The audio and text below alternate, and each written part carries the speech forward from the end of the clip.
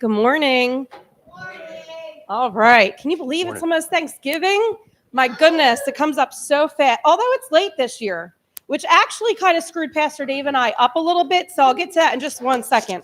But welcome. We are so happy you're all here today. If you are a guest with us, please make sure you stop by our coffee bar in the back on your way out. We want to give you a little gift and say hi. Thank you for coming. It was nice to meet you. We hope to see you again. I have some really good news. I don't know if any of you are on social media or if you're part of our prayer team, but anyone, they're not here today. Tom and Tara, who are members here, their daughter went missing on Tuesday of last week. I won't get into full details, but she went missing Tuesday after school. She did not come home, and there has been posts all over looking for her, people searching. I mean, it's gotten deep. Praise Jesus, she was found yesterday. So thank you, God, for that. Thank you, everyone, for the prayers. It's amazing. I kind of, and I'm not patting myself on the back, but I kind of have this way with God. He talks to me sometimes, and I've only heard him maybe 5 times in my lifetime. But I'm telling you, when I was talking to Tara, I believe it was Wednesday or Thursday, he gave me reassurance that Mackenzie was okay, and I gave that to her. You know, as her stepmom, mom, you know, it's still kind of hard, but I really believe that God had her in his hands. Again, we don't know all the details. We don't need to know the details, but she is safe. That's all that matters. Prayer works. So thank you again for that. And then, so today is our last day to receive our Thanksgiving dinner donations. So Pastor Dave and I will be going out today to get any little last minute things for that. And then he is going to be delivering all the Thanksgiving meals tomorrow so they can get to the families in time. Thank you so much to everyone who has contributed, whether sending food to our house, whether donating money, whether donating turkeys, everything. Just thank you so much. You guys helped us out a lot so that we can help those who didn't have a meal for this Thanksgiving coming up. All right, now talking about this Thanksgiving. So normally we would decorate the church for Christmas on Sunday after Thanksgiving. Well, we're driving home last night and Pastor Dave says to me, oh no, next Sunday is the first day of Advent. We can't decorate next Sunday. So if you are not busy next Saturday, because that's the first day we have available coming up, at 3:00, we are going to come here and we're going to decorate the church for Christmas.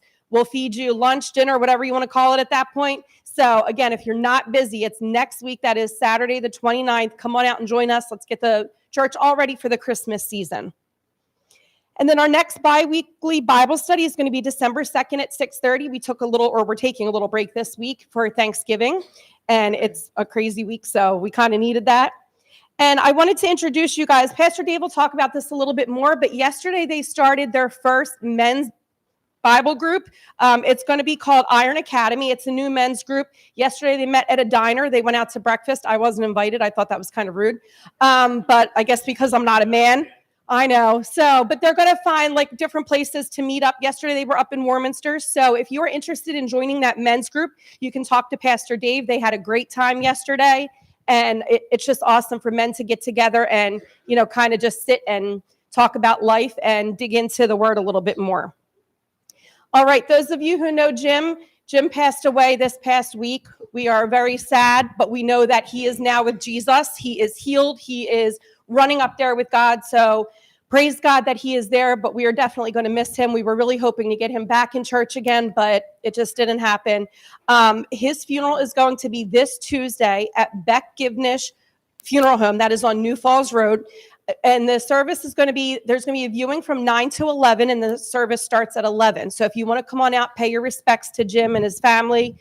We can give you the address if you need it, anything like that. But again, we miss Jim. We love him, but he is now walking with the angels. He is where we all hope to be one day. So praise God for that.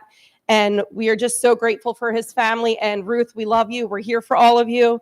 So if you want to, again, if you need more details, you can talk to Pastor Dave or I, but that is Tuesday at 9 a.m. is going to be the viewing. 11 o'clock is the service. And I think that's all I have for you guys today. So are you guys ready? All right, hold on. Let Pastor Dave talk for 1 second. We have, I'll talk on that real quick. So we have the 8 meals that we were doing for families. We have put together. I have to count and make sure we have enough turkeys, but here's the thing. The school called me on Friday and said, I know you already dedicated yourself to 8 families, but can you do us a favor? If you have more, or if you can find more, we would welcome more meals or just more turkeys. They have a list of 70 families that need help. So if we can have more, if we have extras, awesome. And I'll do my best to accommodate everybody to get them, or do you pick them up, or but I got to get them delivered tomorrow afternoon. So if you have it, we'll take it and we'll deliver it to the school. All right. So we don't have to stick to the 8, but we have everything. I think we have everything that we promised them. So, all right. So next thing, this is a quick announcement. I want the kids to be a part of this because this is super exciting in our church. Our world needs Jesus Christ. More than anything in the world, our world needs Jesus Christ. We need to know we have to have a relationship with him. And this world is falling apart and it is dying. Hearts are being broken and crushed. And the only way around that is Jesus Christ. Some churches in this world are dying because they're not focused on Jesus Christ. Our church, our small little church in this corner of Levittown, God is working here. God is growing this church in numbers, and I can see it with the people sitting in here, but that's not the most important part. The most important part is God is growing this church spiritually and growing this church in his word and in his love. So that being said, I would like to bring Teresa. Can you step up here, please, just so I can give a face so everybody that doesn't know you? I became the pastor here 3.5 years ago, and my appointment in May is coming back up. But in the meantime, Teresa here has come to us from another church, and she feels that God has called her here, as well as her husband. Stand up, Mountain, so you get your come on, bro. It's not, doesn't matter. It doesn't matter. You're a pastor's wife. This is, and I only asked Mountain to stand up so in case you haven't met Mountain. Mike is I didn't even know his real name until they were here for a couple months. So Mountain is Teresa's husband. All right, so you can sit down now, sir. I just wanted your face to be seen. They came to us from another church. God is growing this church. The board and I talked. Teresa will now be our assistant pastor. She will be focusing on, and this doesn't matter here in our church family because she is an assistant pastor, period. But she is going to, and I think this was confirmed for me the other day, she's going to focus on recovery ministries. So that recovery ministries, drug and alcohol addiction, yes, but recovery from all types of things. Okay, so this is, make sure you see the face. We're now pastor, assistant pastor, and we are going to be leading this church into the future. All right, so give her a hand, Teresa. Thank you very much. We have to make some district things happen, and that's kind of a legality. We just got to do some paperwork and stuff, but as of today, Teresa is our assistant pastor. Next thing, we have exciting things happening. So once a month, so you don't have to hear me talk all the time, we will be having a rotation of women in our ministry. Jen, Teresa, and Nichole will be preaching. One of them will be preaching at least once a month. It's exciting to hear the hearts of other people when it comes to God's word and what God is doing in their lives. And the next thing is a super surprise. This morning I have a guest speaker. Nichole will be coming up and giving the message today. Nichole is now a ministerial student sponsored by Thornridge Community Church through the Wesleyan District. And she is moving towards the call God has put on her life. And I'm excited to be a part of that. And now we as a church get to be a part of that. So please welcome Nichole to come up and give the message.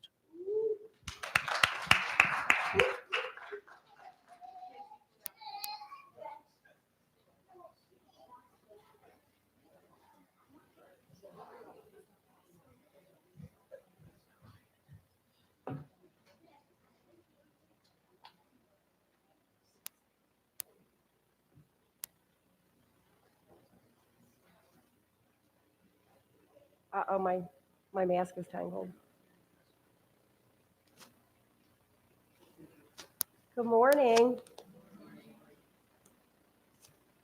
I wasn't here last week. I woke up Saturday not feeling great and decided to stay home, and it turned out I had COVID. So I've been symptom free since Wednesday. Um, the devil was like, "Oh, you think you're talking? I'm going to make you sick." Um, I'm kind of finishing up what Dave had started talking about gratitude today. And we have a lot to be grateful for. Like Dave just shared amazing news. I think that when I shared my testimony 2 months ago, I talked to you about storms and how important it is to keep our eyes fixed on Jesus and our faith strong in the middle of the storm. But when Dave asked me if I wanted to share again, I knew this was part of God's plan because I find myself in the middle of a storm right now.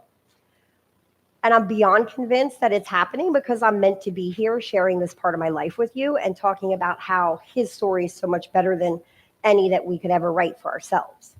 For me to share this story, I have to take you back almost 2 decades. This was the last time I shared, I forgot to say. And I was upset that I didn't tell you this story because it is like a God story. So on the way home, I was like, I can't believe I didn't tell them that. And then it turned out it actually applies to today's story, testimony. When my son started kindergarten, he's 24 now, so this is a long time ago. I decided to go back to school.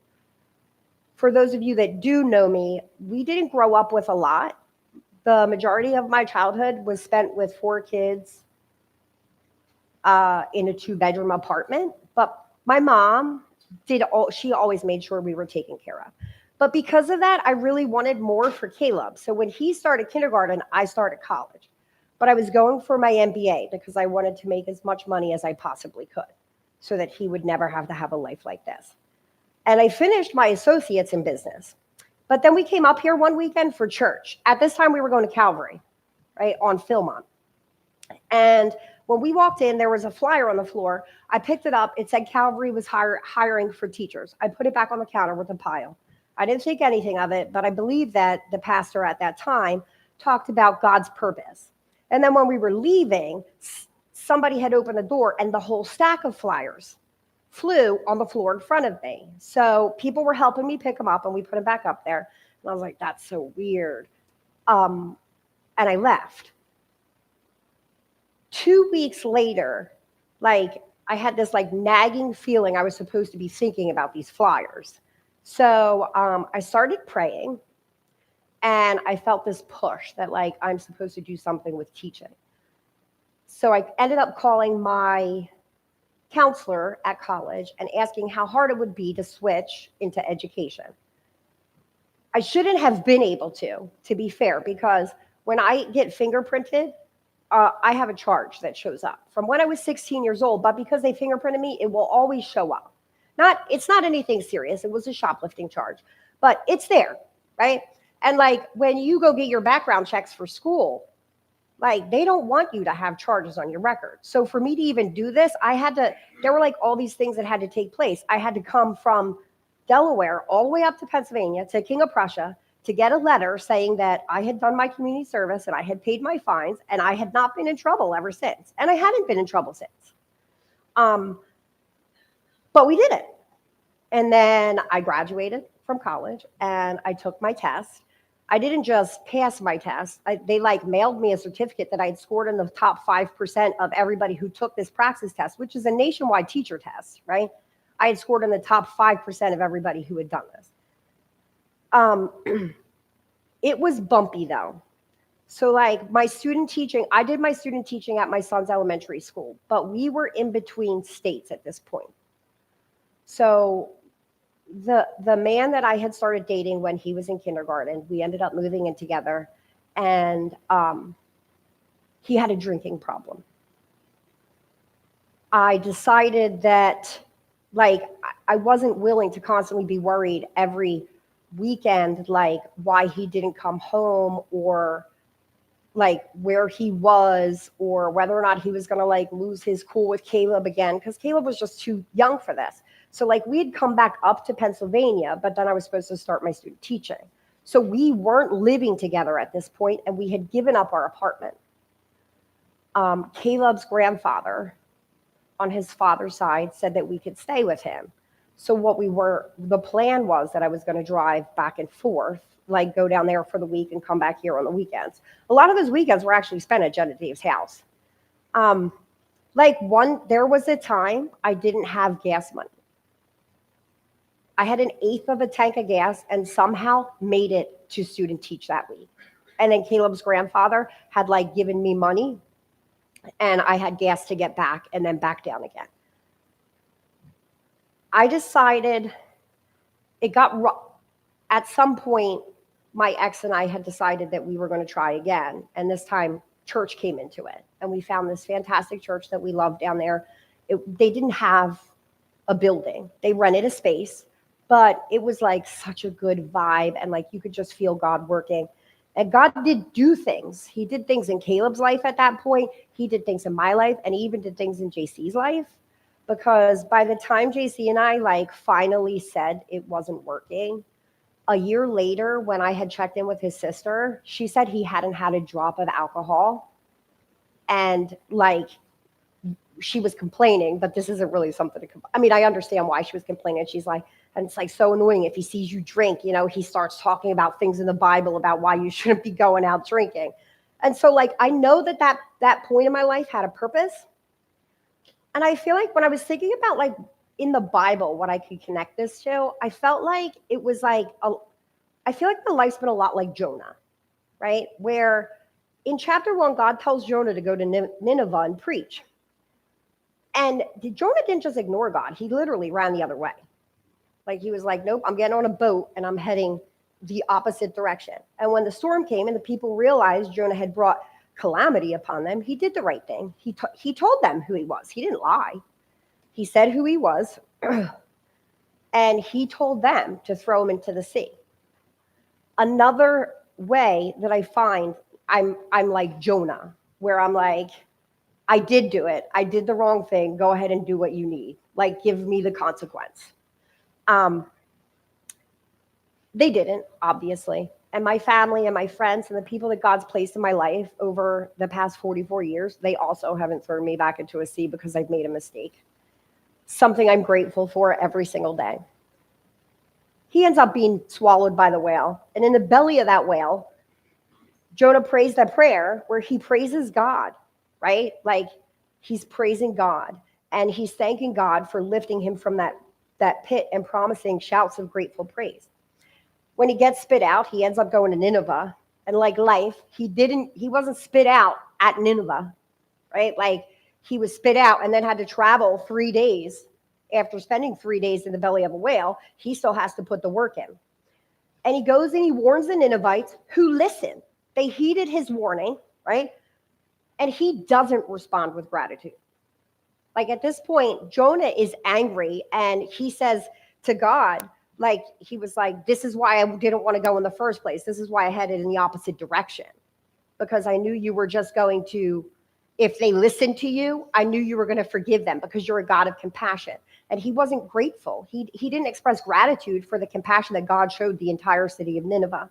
So God ends up, putting him through his Jonah moment where he's like, Jonah's asking to die because God gives him the shade, this plant grows where Jonah lays down after he's done yelling at God, and God gives him the plant. But then in the morning, the bugs had come and destroyed the plant, and Jonah's still complaining.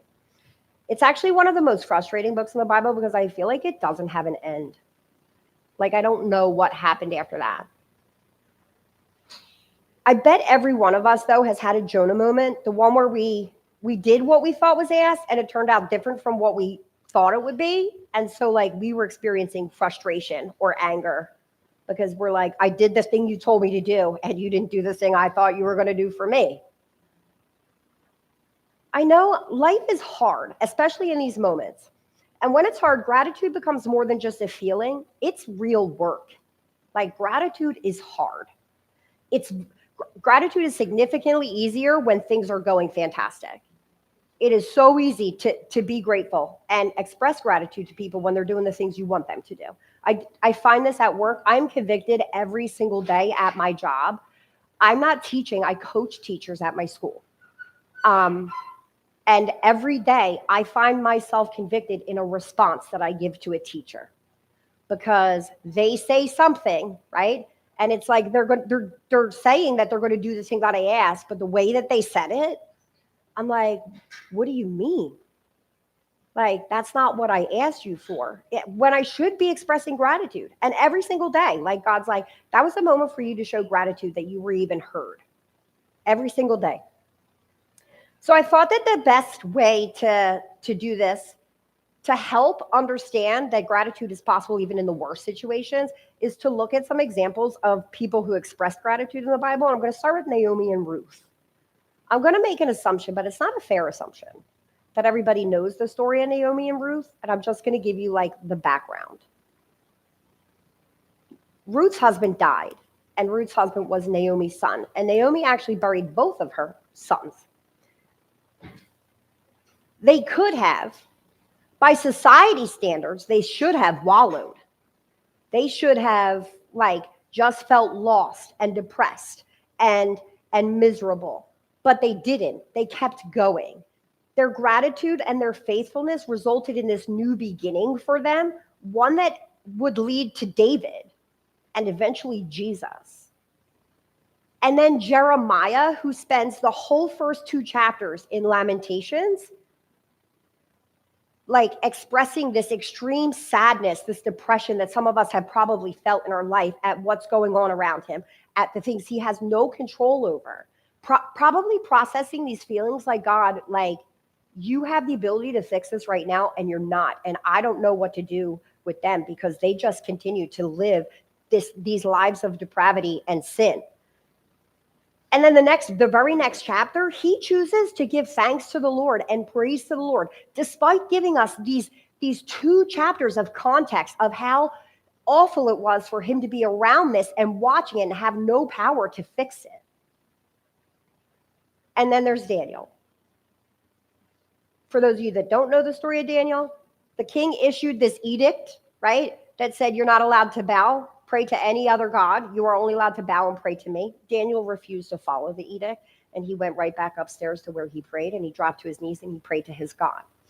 And then in Daniel 6:10, in Daniel 6:10, it specifically tells us, now when Daniel learned that the decree had been published, he went home to his upstairs room where the windows opened toward Jerusalem.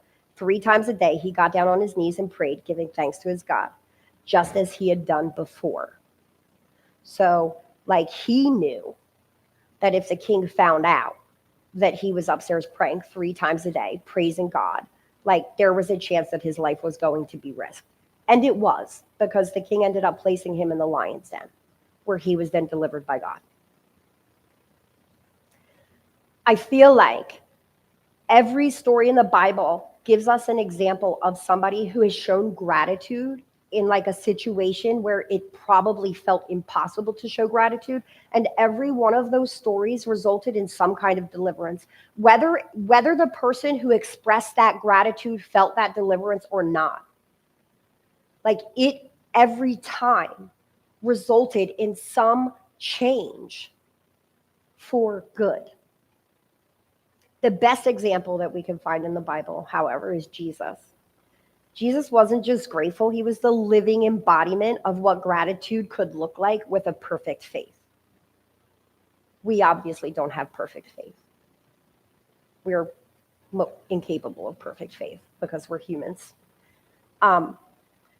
Gratitude shown before there was an actual physical thing to be thankful for was the thing that Jesus showed us the most. In John 41:43, it says, so they took away the stone. Then Jesus looked up and said, Father, I thank you that you have heard me. I knew that you always hear me, but I said this for the benefit of the people standing here, that they may believe that you sent me. When he had said this, Jesus called in a loud voice, Lazarus, come out. And Lazarus rose from the dead and walked again. Jesus expressed his gratitude that it would happen before it was even done. And then he did it in Matthew with the loaves and the fish. He had the 7 loaves and he had the fish. before he tried to pass them out to all of the people that 7 loaves and fish would never feed, he said thank you. He said thank you for the loaves and the fish. And in exchange for that, there was enough bread and fish for everybody present. And then in Matthew 26, during the Last Supper, we see him do the same exact thing. Before he takes the bread, before he takes the cup, both times, he says thank you before everything was done. Jesus was this. The story of Jesus gives us something to aspire to, knowing that we can never be that. We'll never be capable of what Jesus was.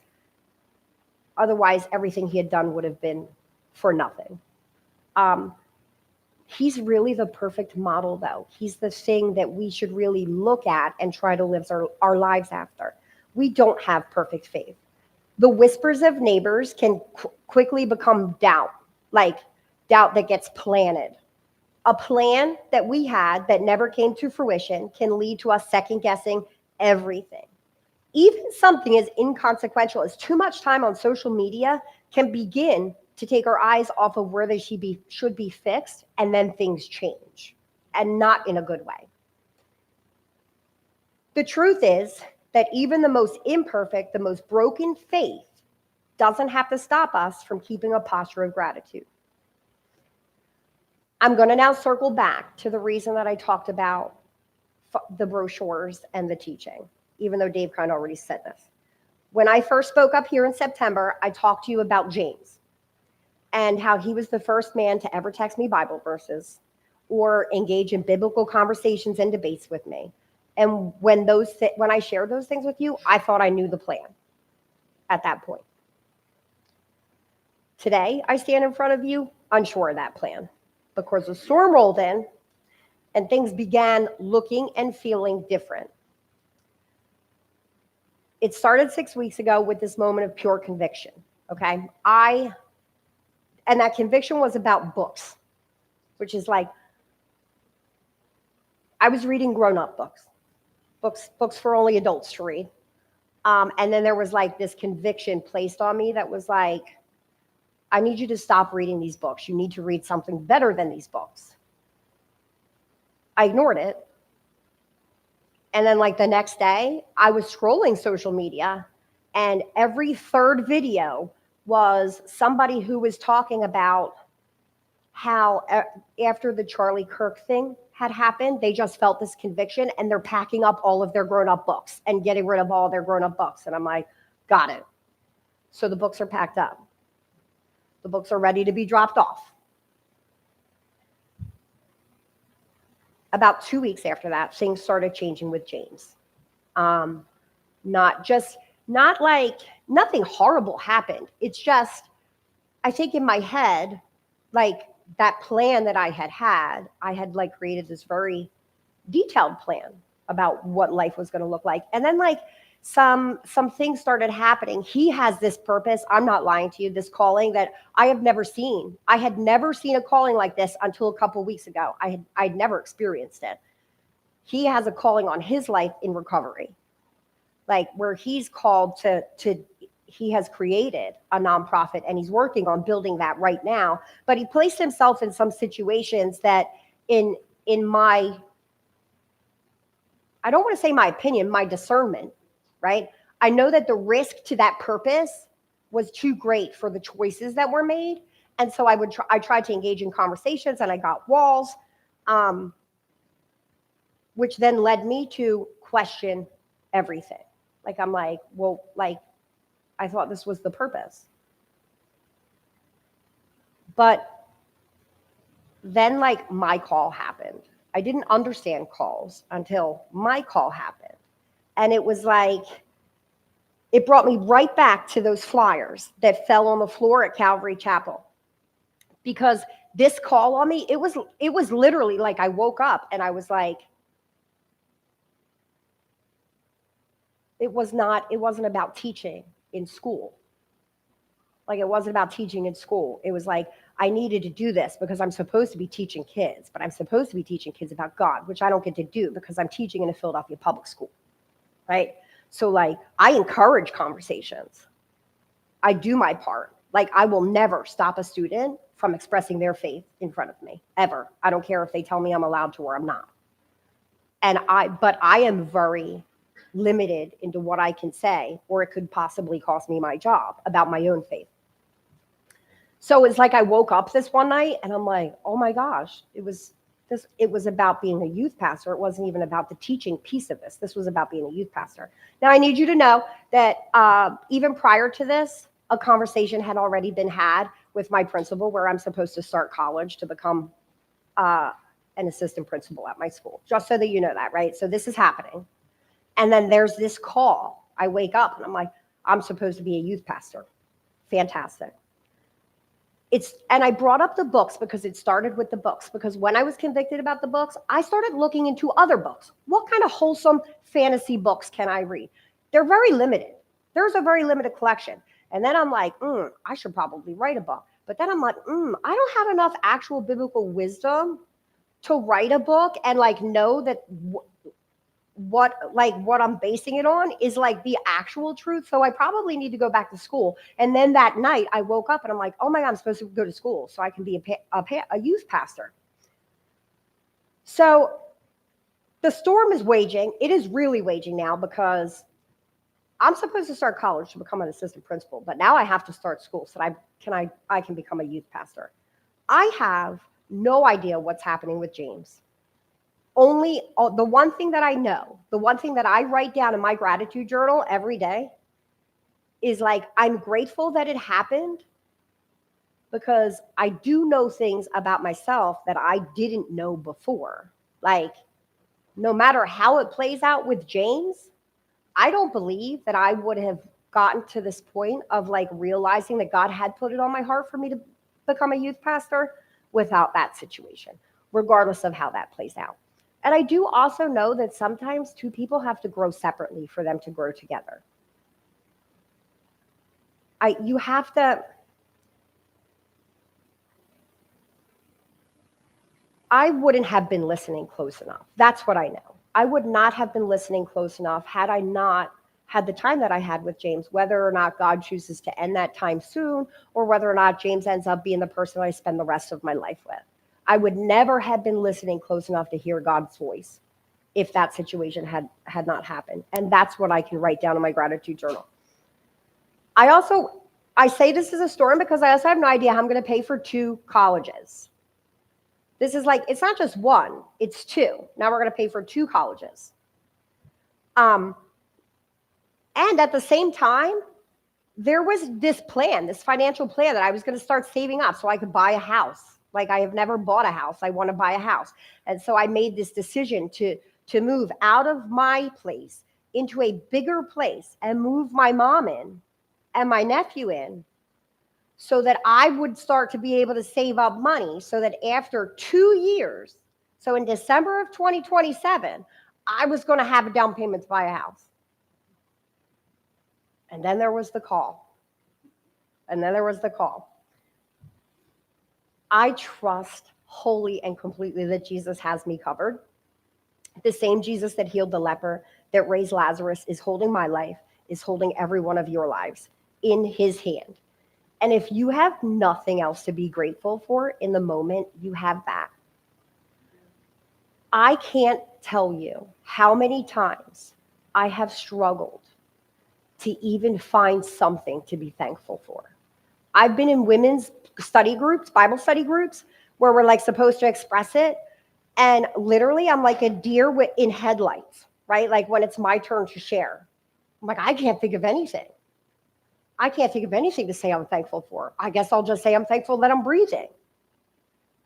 Because I could not be breathing, but I should be grateful for that. The thing that I have learned this year, specifically in this year, is that gratitude is a gift. Dave's messaging over the past 3 weeks has been amazing in the sense that, like, I needed to be reminded that gratitude is a gift. It's a gift for the receiver, right? When you express gratitude, that does something to the person you're expressing gratitude for. And how I can't even imagine what that does for God when we express gratitude to him. Like this Father who loves us in a way we can't fathom. We cannot possibly fathom the love that he has for us, that he would have done everything that he's done. Like for you to say thank you, like what that must do to his heart. But it's a gift for the giver too. I change when I'm grateful. My day changes when I'm grateful. If I don't wake up and do my Bible reading and do my gratitude journal, my day sucks. Dave talked about it more than once. He's talked about how if something happens that stops him from doing his reading, it throws the day off. It really does. It throws the day off. But like having a posture of gratitude changes the way you see things. And perception is everything. It really is everything. The even bigger piece, though, is that gratitude's a choice. It's a choice you have to make. We as humans are not naturally inclined to be grateful people. Society has there's nothing anybody in this room can do about it. Like we have seen this on TV, we have watched the news our entire lives. We have read books, we have read articles. We have been trained subconsciously to be selfish. No one intended for that. I don't think anybody did it with intention. I don't think there was like some scheme years ago where somebody was like, you know what we should do? We should just start publishing all of this stuff to get all these people focused only on themselves. I just think it just happened. And it's always been there. Because the Israelites grumbled, even though God was providing them with manna every day. They grumbled. We have just never been naturally inclined to be grateful people. We have to choose that. But God gave us so many models in the Bible of how to be grateful in the worst of times. And I know that every one of us can be grateful in the best of times. Like, I know if for whatever reason, we are able to do that. But you have to make the choice. So I did something. There are journals in the back. They're like just little journals. I found that the best way to develop through personal experience a posture of gratitude is by practicing it daily. So I encourage you to take one of these little journals home and write down things you're grateful for each day for the rest of 2025. Right? It's the perfect segue into the holiday season. Like we're going to walk right into this holiday season, and some of us are going to be stressed about shopping for gifts. And some of us are going to be stressed about the money that would be needed for shopping for those gifts or for feeding our families. How are we going to buy the food for Christmas dinner? There are going to be moments of stress. And I know this is like a conviction in my bones that if you do this, if you just every day write something down that you're grateful for, it will change. It will have an effect on you. Some days it'll be easy and you'll have a lot to write down. And other days you're going to have to search. And whether your pages read like mine do sometimes, because sometimes I just literally write on the page, the flyers, the gas, the parking spot you gave me yesterday. Like some days that's what I write. Whether or not that's what your pages look like, or your pages look like, thank you for walking with me through today. I felt you close to me when I began to lose my patience in that work conversation.